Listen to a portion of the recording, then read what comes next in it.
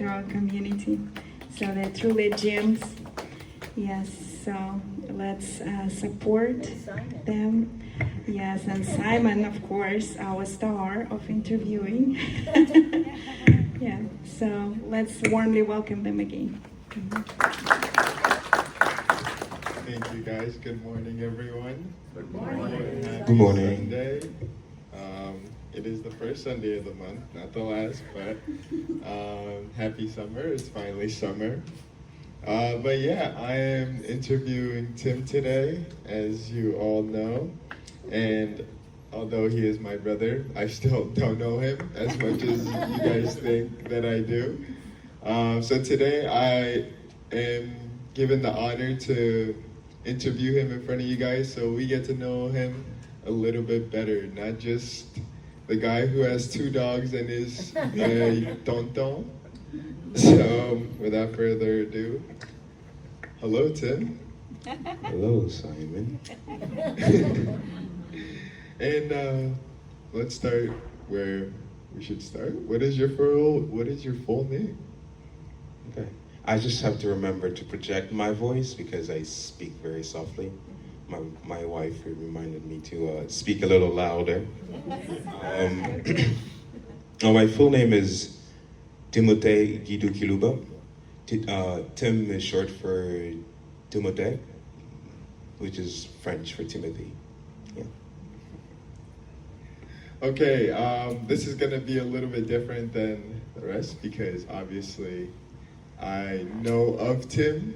I grew up with him, but I wanted to pick his brain a little bit this morning on the deeper aspects because he is somebody, like he just said, he's very softly spoken. So he's very quiet and usually keeps to himself when he can. So how has your cultural background shaped your very essence of yourself and identity? That's a good question. Thank you. Well, as most of you know, I was born and raised in the Democratic Republic of Congo. And the oldest of 5. So, responsibility. And yeah, I think just like a culture of family and community is kind of what I grew up in and what shaped the way I see the world, essentially. Yeah. Thank you. Okay. And on to the next question. Let's dive into your childhood memories. Okay. Just some questions about that. Who was the most influential figure during your upbringing? I guess my parents have always been like big figures that I looked up to. I grew up in a community slightly different compared to this one. I think that was one of the biggest cultural shocks moving to America was I guess my expectations of what the church community was that it would somewhat be the same, where, yeah, I think the culture has been a big difference, but I think my parents played a big role in influencing the way I viewed and navigated through the world. Okay. I mean, yeah, I can also attest to that it was a big cultural shock to come here. But can you give us one unique aspect of your background that you believe has shaped you to who you are today? Unique. I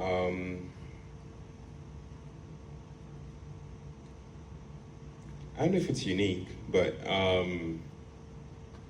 well, one thing that I always share is that growing up, my parents were very protective of us, and we grew up in a very big city, and so I wish I did with my friends now, but my mom didn't never really let us have friends over when we were younger, so I think my relationship with my siblings is kind of what I guess I valued the most, and I felt like it was very unique. And it's still something that I hear today from my friends, is just seeing how close my siblings and I are, or the way we interact or do things together. Um, and at first I was I was not for not having other people over at our house growing up. But now I see the value in it because it has strengthened our relationship, and I feel like that's unique. Yep. Thank you. And we're jumping onto the family traditions. So heads up, Mom. uh, how did family traditions contribute to your identity and your belonging? Family traditions. Our many family traditions. Yeah. Well, I guess it was also a bit difficult to distinguish between the church values that I grew up with compared to my upbringing or like my environment. But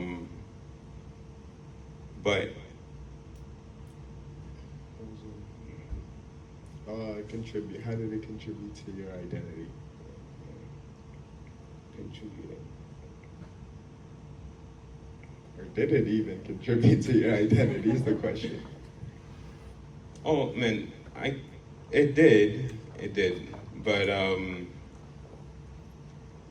I guess it just pushed me to strive. Well, I'm very optimistic. That's the one thing I can say. And that comes from, I guess, the way I was raised, but also always. One of the things that my mom always told me growing up is to be content with what I have, and that has pushed me to, just be comfortable with what I have. I was always content to have my siblings with me. I never was really envious of things. I didn't really grow up with video games and stuff, so I was always outside. Good.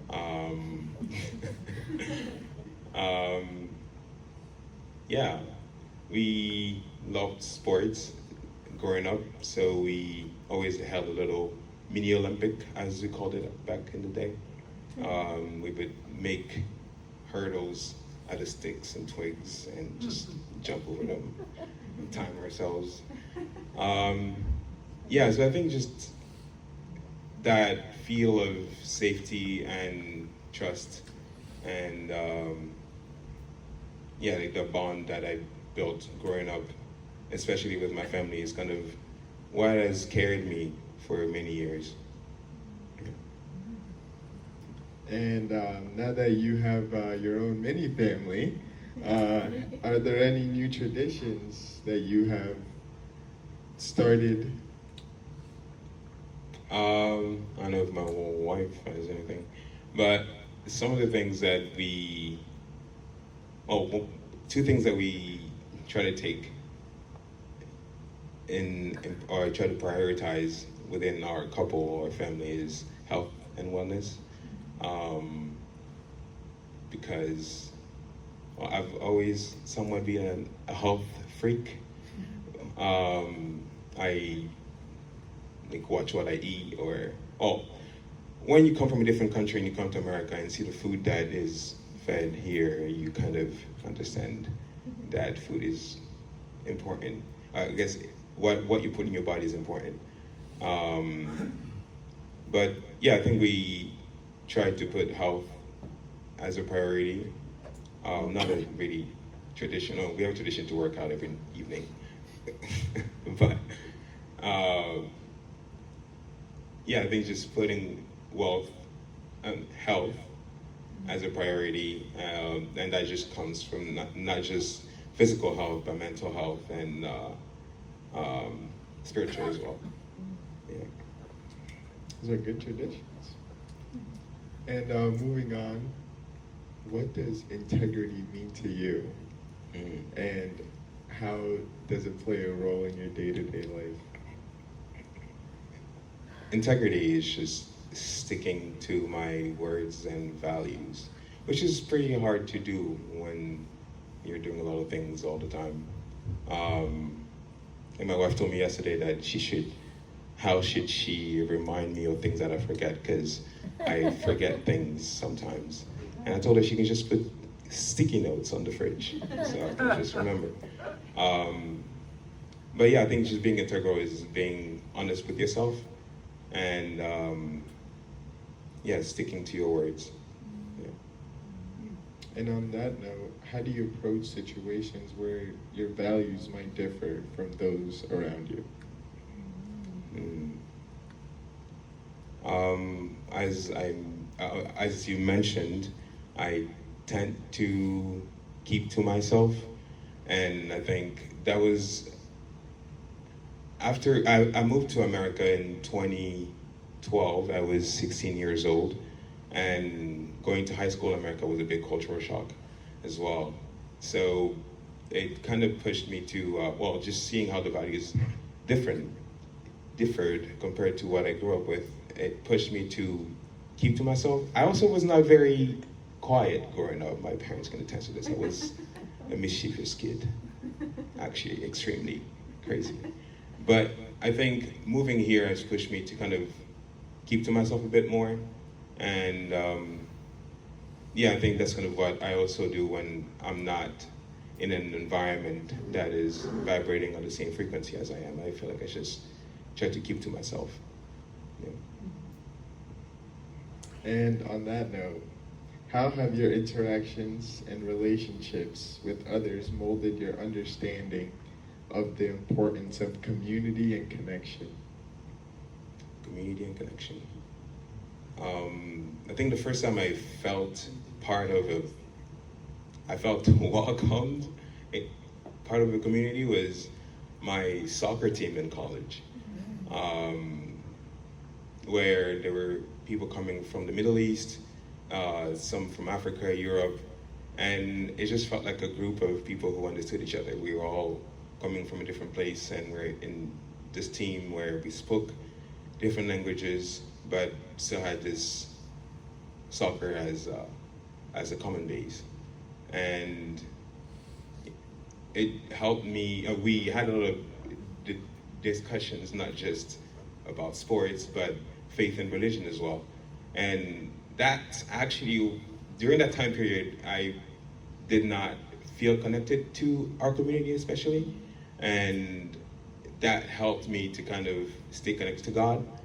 And yeah, I was seeking. So I went to, I was spending time at a mosque. I was going to mass with some of my friends, going to temples, like Hindu temples as well, just trying to understand, I guess, who I was. I guess I was just searching. I was talk about like soul searching. I was trying to understand who I was and why I was so confused within myself. Yeah. I'd just like to add on top of that note that he is still very close with most of those people on that team, so I find that very interesting that correlates. But yeah, thank you for that. This is a one half question, you could say, I'm about to give because the other half is sitting over there. But what qualities do you value most in your partner, and have this evolved over the years you were together? Qualities. Well, she is very loving. That's also very cliche to say. She's very loving.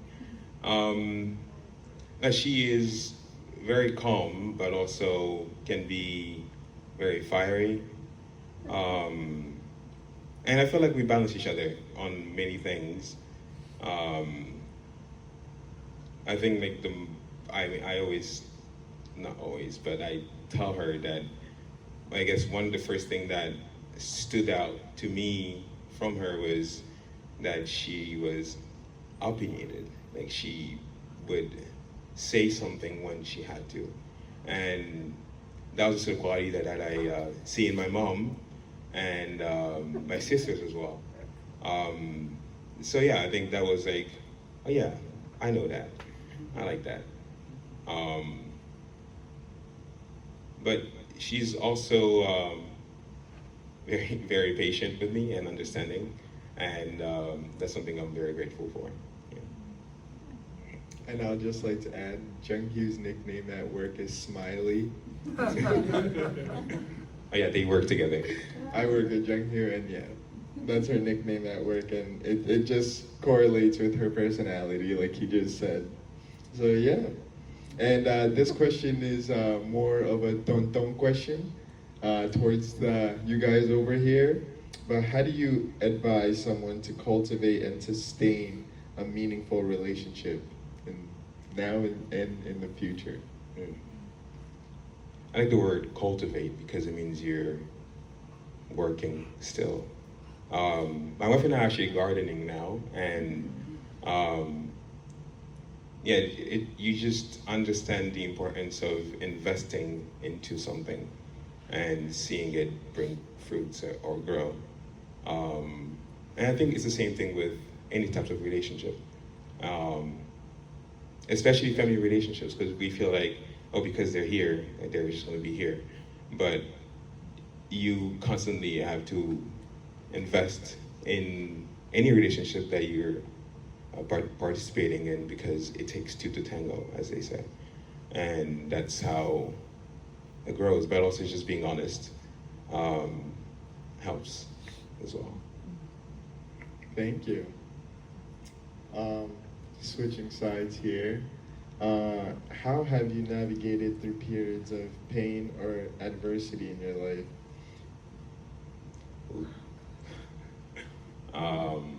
And two-part question. What strategies helped you cope?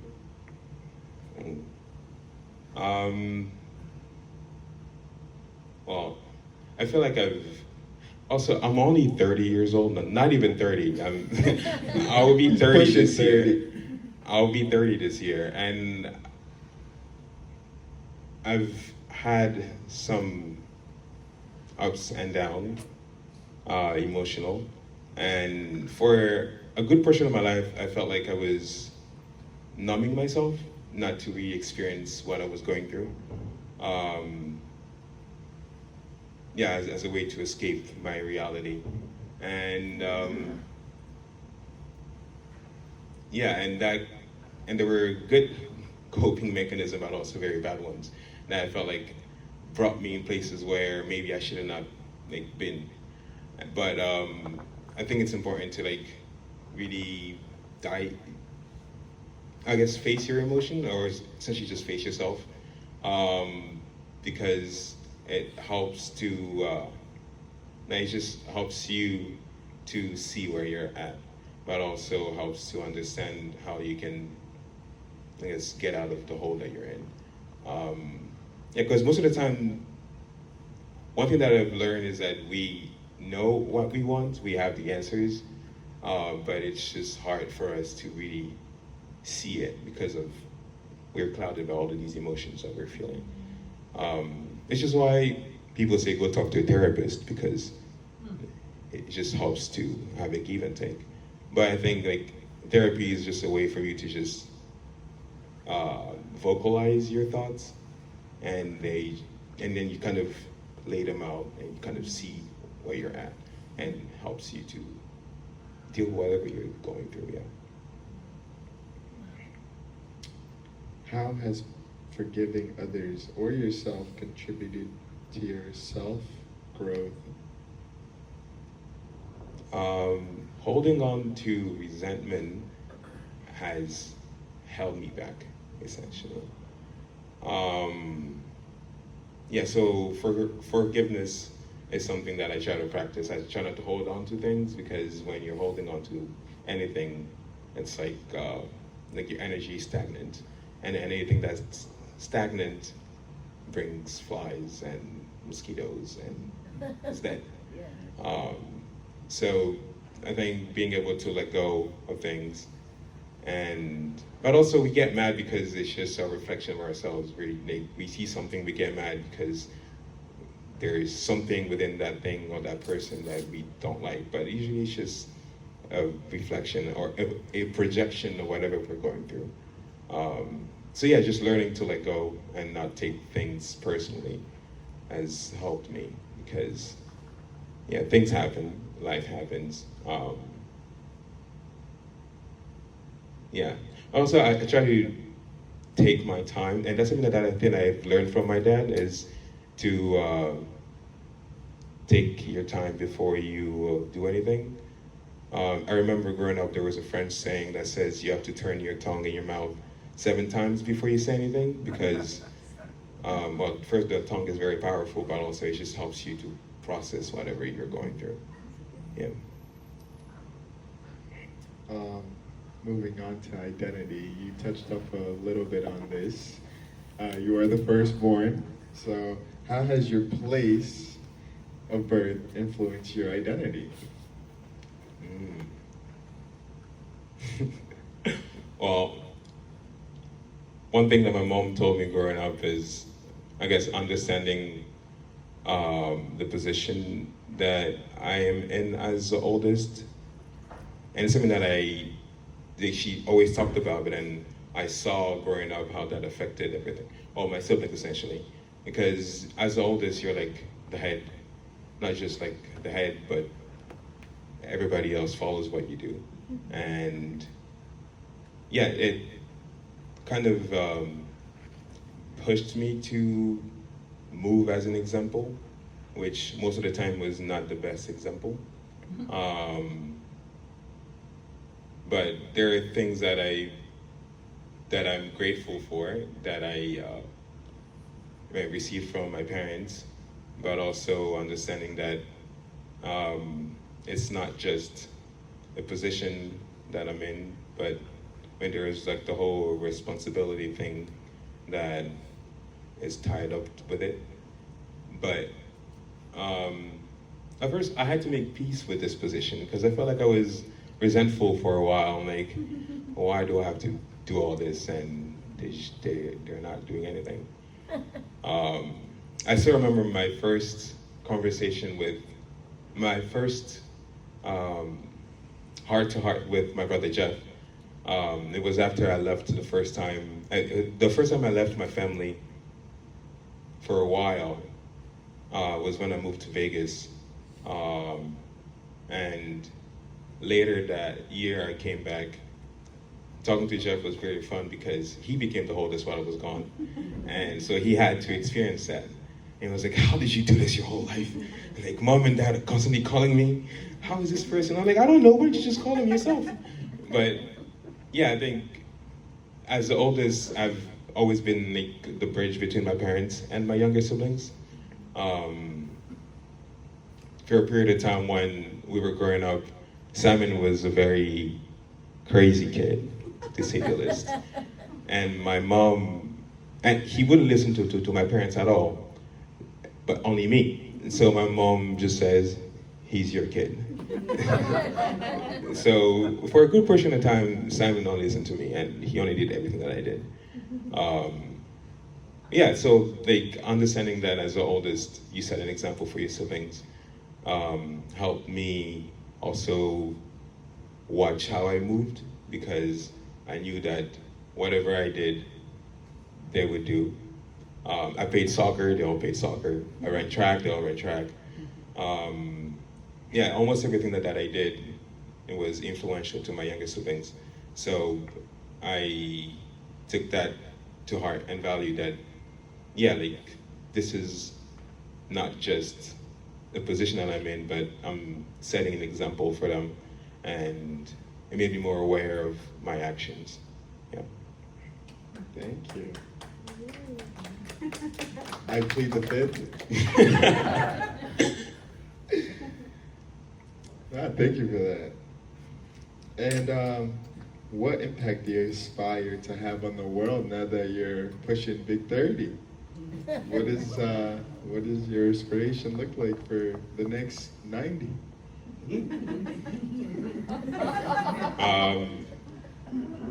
I don't think I've thought that far. But something I'm excited for right now is, my wife and I, like I mentioned, we are farmers. We are farmers. And that's been super fun. We live on a farm, and our dogs are running free everywhere, and it's just been freeing to see, but also like a huge learning experience to see how to care for things. Because I've always had a dog growing up. It became like a muscle that I just.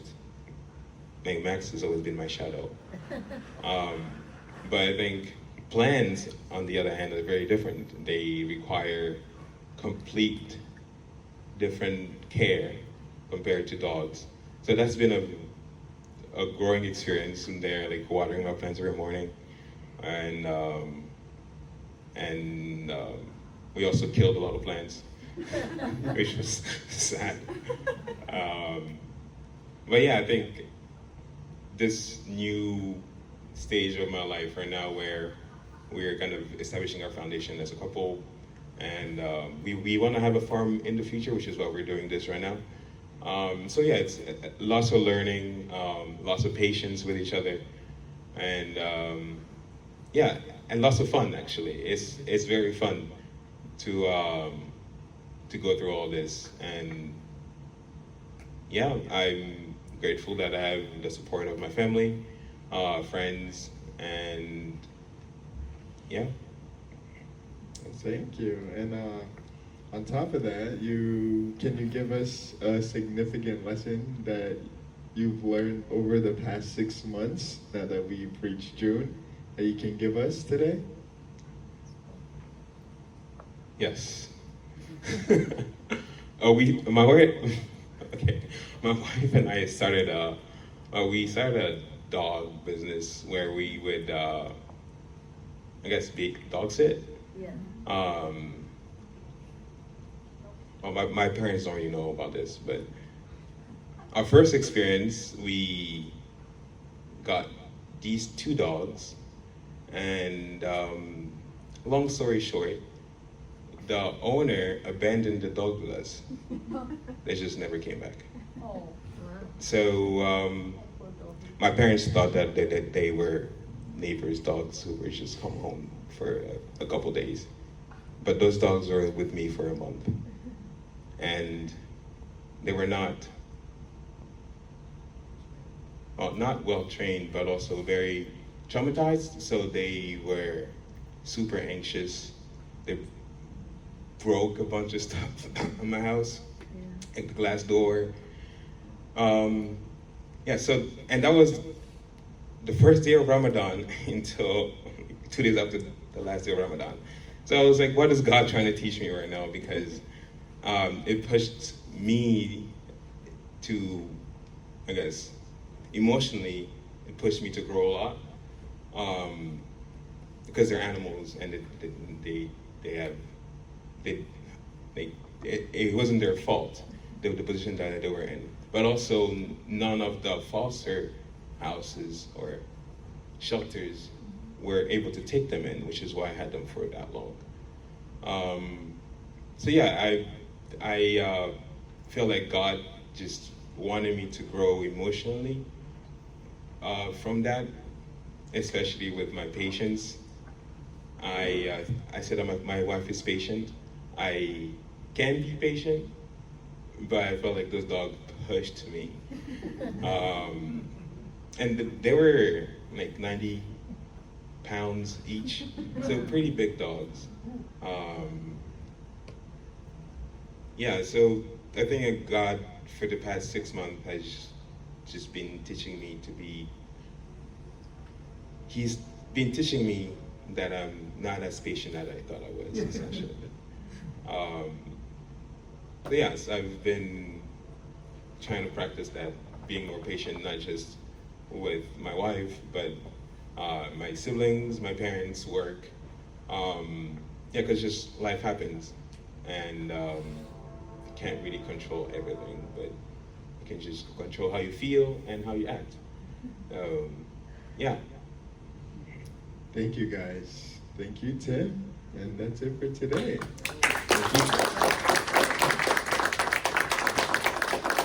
Can I ask a question? Is it okay? Yeah, I was thinking also, is it okay if we open, if we have a couple questions, if anybody has a question? You okay? So I just, thank you so much. It was very beautiful to hear and to know a little more about your character and what shaped you to be the way you are. But it's again, I'm a pastor, sorry, it's a deep question. But I hope, I'm really interested. Yeah, because looks like what you shared with us, all those points, right, about being the oldest in the family, growing up as a pastor's kid, pretty much, right? And being the older brother and having your own kid. And also you mentioned that you went through this time of soul searching, right? It's not always been a smooth ride, so there were moments when you were doubting or you wanted to kind of shake off this position, right, a little bit, at least emotionally. And again, I know how it feels.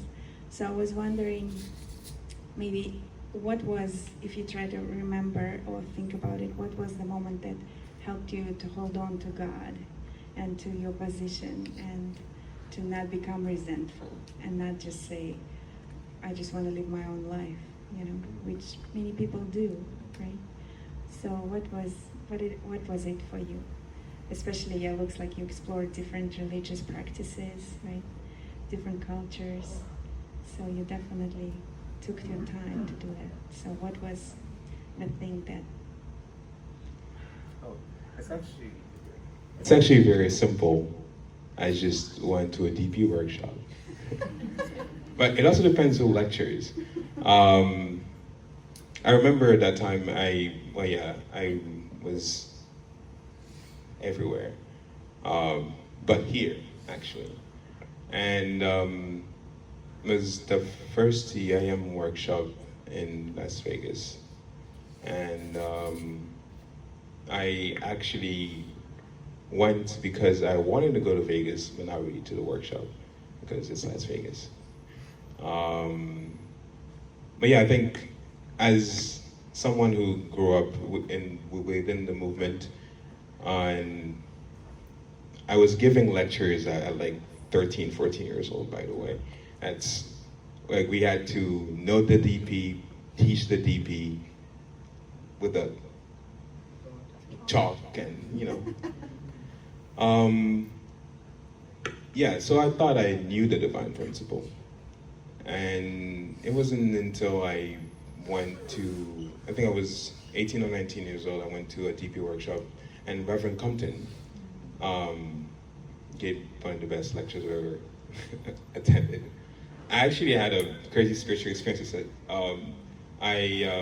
I said, I wasn't really for the workshop. I wanted to hang out at the workshop.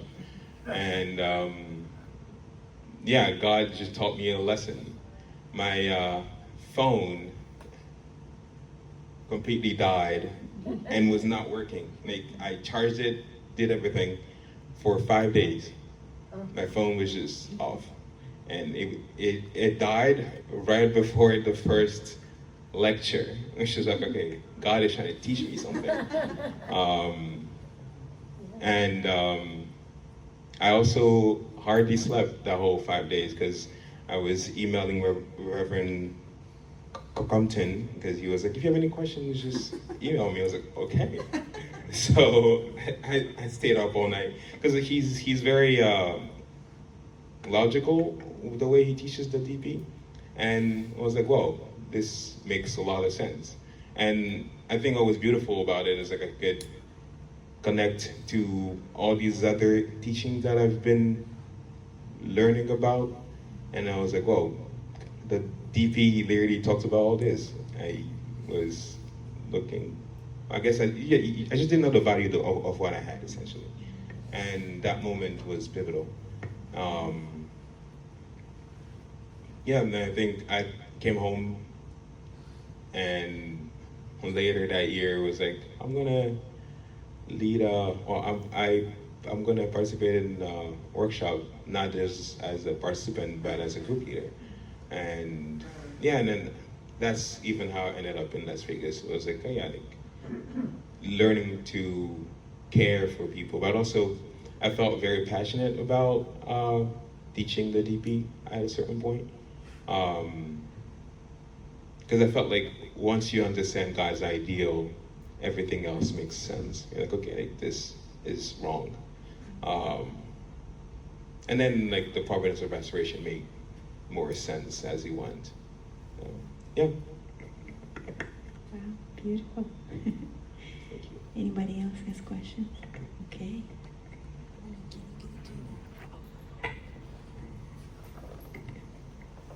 Hello, everyone. It's very interesting to hear about our children. At the beginning, when I saw you, I was saying, this is gonna be the first time, right, for our blessed children talking in front of us. It's time to learn from them, right? Because most of the time we have also some questions to ask you, but we never have this opportunity. Today is a big opportunity for me. By your experience, you already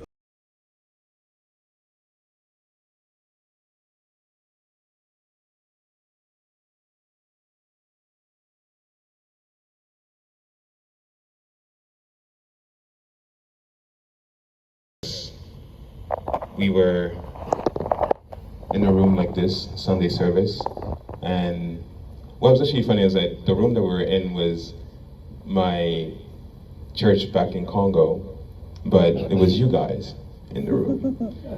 I remember being part of a choir for some reason, because I can't sing, or I don't sing. True Mother was there. She was in the front. But the choir sucked, like no harmony at all. I was like, maybe because I was part of it. But also, everybody else in the audience was distracted, not really paying attention. Like some people were on their phones, scrolling or talking to each other. And as I was standing up there, I saw that and was getting more frustrated. Because I was like, wait, True Mother's here, but you guys are like not paying attention to anything. Then I remember Mother looking in my direction and says, hi, what's wrong? And I was like, look at this. Then she called me closer and said, so what are you gonna do about it? I was like, I don't know. And she said, well, remember who you are and what your name means.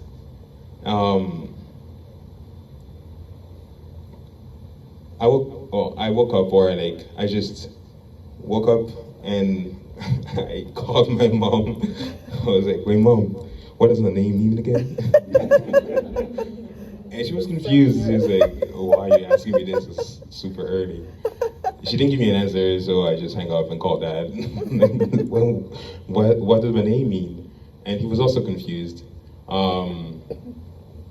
I actually grew up going by Gidu, which is my Korean name, and that's kind of what she asked me. It was like, what does your name mean? And yeah, so actually I'm gonna pass the mic to my parents so they can share what my name means, because I feel like my understanding of it.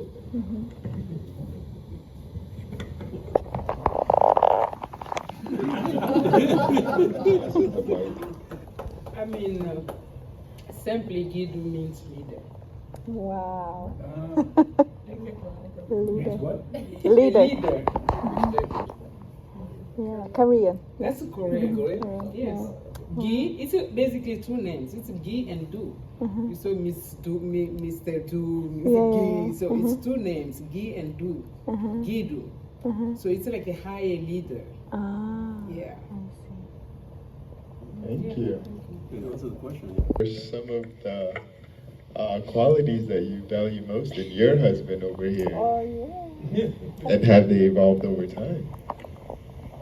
We were actually just talking about this yesterday, but what made me notice Tim in the beginning, because we met when we were both in Carp Las Vegas, And at the time when I was there for like a year before he came, and I was like getting some of like my friends to come, and I had like this younger brother kind of friend there.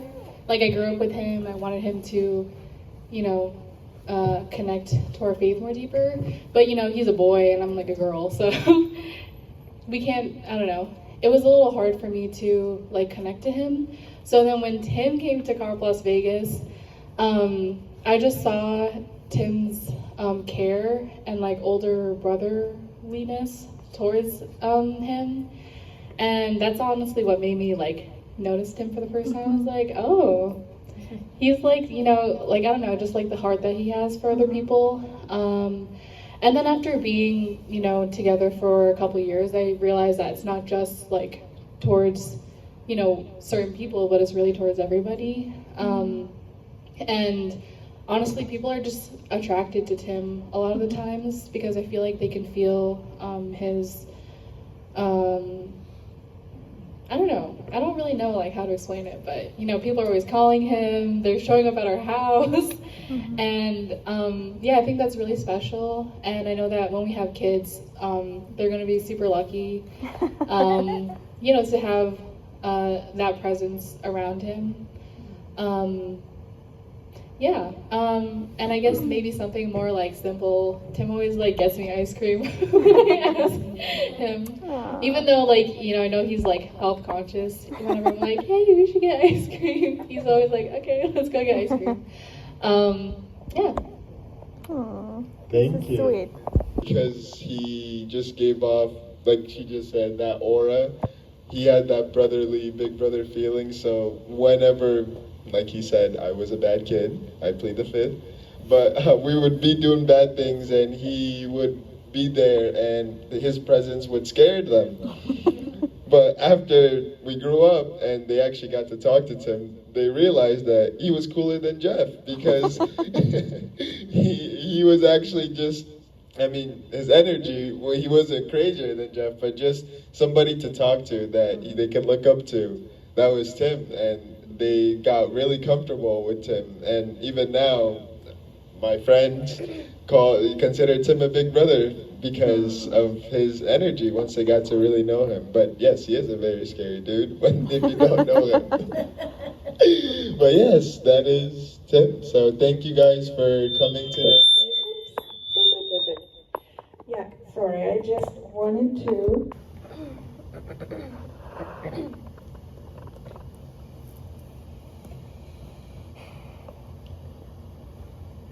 What made me seek for the blessing? Well, first, we grow up in a community where it's like you're segregated, men and women growing up. And then you get to a stage of, I guess, an age where your parents are like, "Why aren't you getting blessed? Why aren't you blessed yet?" Yes, sometimes it'll be a little bit confusing for the kids. So personally, the blessing was just something that I saw my parents had. It's like their relationship has always been an example for me. So it's something that I also wanted to create and even bring to a higher level. So that was inspiration for me. But in terms of like making the decision to actually follow through was building a relationship with God and true parents first, because then you understand the value of the blessing. Because, well, I think for me, part of the reason why God blesses is because just understanding the value of it more than just the union or the commitment that you're making, but the value in the perspective of God, and from God's perspective. But I think it's personal. Everybody has a personal journey when it comes to the blessing, but for me it was really understanding God's heart and yeah, my responsibility. because I remember one of the questions I asked Reverend Compton, because we were talking about God, we talk about God being absolute, and God is a God of, like, so essentially we know that the kingdom of heaven is going to happen. So one of the questions we had for Reverend Compton at the time was, then do I really have to do anything? If God's providence is eventually going to happen, like, why do I have to care for it? But what he told us is that understanding, just like a puzzle, like each piece is very important. Understanding your responsibility, understanding that you are a reflection of God, and that if you don't do your part, it just kind of drags on. I mean, we see it throughout God's providence of restoration. But I also know that, everybody has their own course, and understanding that, I don't know, I feel like I'm just yapping now. I think just building a strong relationship with God and two parents is important. I think that just helps. When we talk about the three blessings, like being fruitful, and that's truly understanding God's heart is what I feel is being fruitful, because then you understand the value of what you have and what you can give to the world.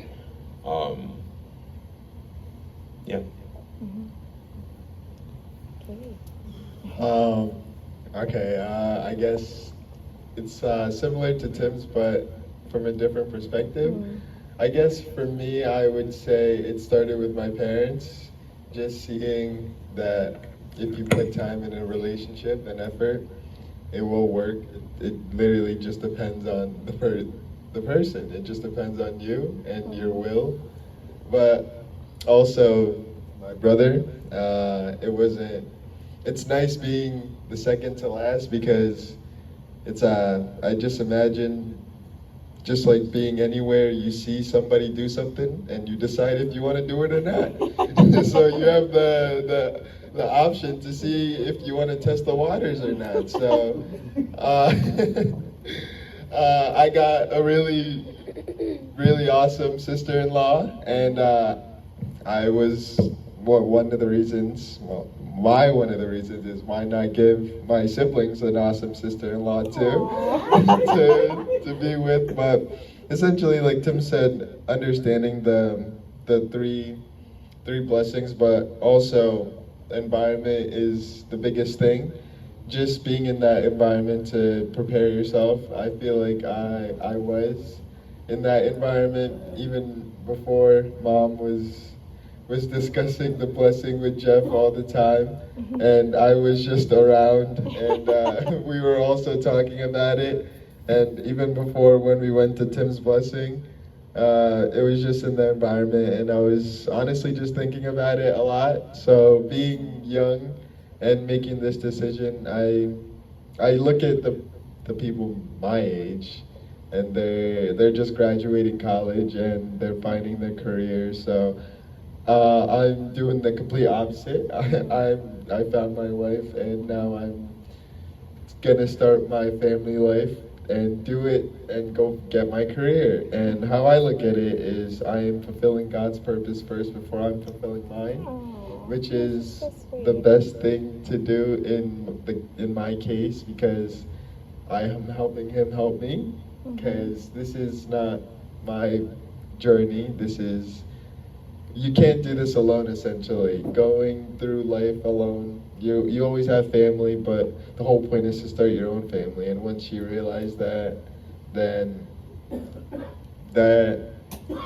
I guess it's just the will to do it. So once you are ready to start it up, I mean, I can attest that it is not easy being in a marriage, especially in a long distance marriage. But it's all about the will to do it. It's all about the other person. You can only control yourself and what you do. So just putting your best foot forward every day is what I know works for me, at least. So that in that case, that's what I mean. If it works for Tim, I know it's gonna work for me. So why not put my best foot forward every day to help better my relationship? And I know that it's not the same because his wife is sitting right here and mine is on another continent. But it's about me and what I bring to the table. So I'm just grateful to have mentors around me to show me that it is possible. I don't have to rely solely on faith, even though I am in a situation, well, my dad spent 5 years away from his wife and his kids, so I know that it is possible. I can probably double it if I have to. So it is just about the testimonies, I guess, is the biggest thing for me. Just the if he can, I can situation. So I know that it's for goodwill. I know that it's for my growth and my well-being and my future, and as well as his future, because that's his sister-in-law too. And yeah, so I'm just grateful that I was able to be put in this position, to put myself in a position to where I am able to grow every day. Actually, every day is not the same, whether that be no connection or just a busy day. It really is a blessing to experience, because once you experience something, you'll never be able to say you didn't. So nobody can ever take that from you. And actually, I want to add to that. I was talking to Auntie Linda and Auntie Trottle yesterday. We had a very nice meeting, and Auntie Trottle was really driving down the force of never settle for good. Never settle. Always try to be perfect. And even perfect isn't good. We always should try to better ourselves, because that's how we grow. We should never say this is good, because God always wants better for us. So we should always want better for us. That's what I think. Yeah. Thank you. Thank you. Boy, Man. it's difficult for young men to. Well, there's fear. Yeah, but also in a community where we value so much this parent-child relationship, I think we're scared to disappoint our parents. Scared of not feeling accepted by the community.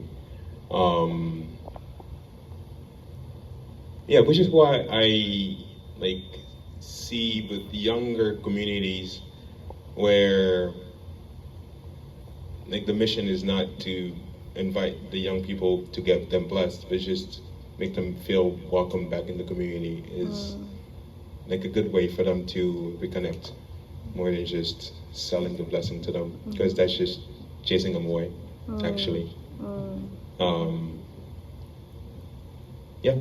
That's what I'm saying. Thank you.